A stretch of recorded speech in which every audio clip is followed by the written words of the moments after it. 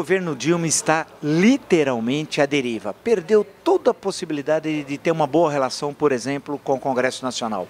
A presidente aparece em raríssimas ocasiões públicas, que preenche uma mão e sobra dedo, inclusive.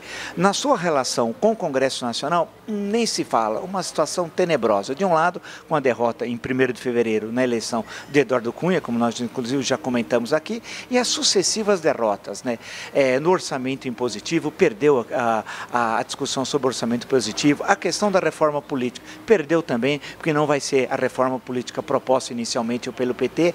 O PMDB já deixou claro que quer ter uma autonomia em relação ao governo e até o PT já se manifestou publicamente contra o pacote de reformas impostos pela presidente Dilma. Portanto, é um governo que não tem qualquer diálogo hoje com o Congresso Nacional e vimos, inclusive, eu já discuti inclusive nesse mesmo espaço, que na última eleição para presidente o PT teve 136 votos, a oposição 100 e aquele meiozão 267 votos. Portanto, hoje a relação que o governo tem, especificamente com a Câmara dos Deputados, é de um governo minoritário. A relação com o Senado é um pouco melhor, mas nem tanto. Já um bloco, inclusive, de senadores oposicionistas e senadores independentes. Portanto, a relação é extremamente complicada. Por outro lado, o governo também está à deriva na função do próprio executivo, ou seja, os ministros não falam, não aparecem, a não ser Eduardo Braga, que é criticado por falar e por dar alguma declaração envolvendo diretamente a questão do sério problema que nós temos, a questão do racionamento, da possibilidade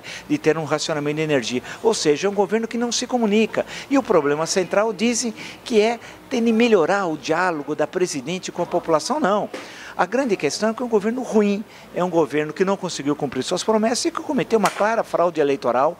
Basta ver o último Datafolha que mostra que é a presidente no século XXI mais impopular da história do Brasil. Portanto, um governo à deriva. E só poderia estar à deriva um governo que tem a Luiz Mercadante na coordenação política, só podia estar como está, ou seja, numa situação extremamente desagradável, uma situação extremamente ruim. O governo caminha para uma grave crise política logo após o Carnaval.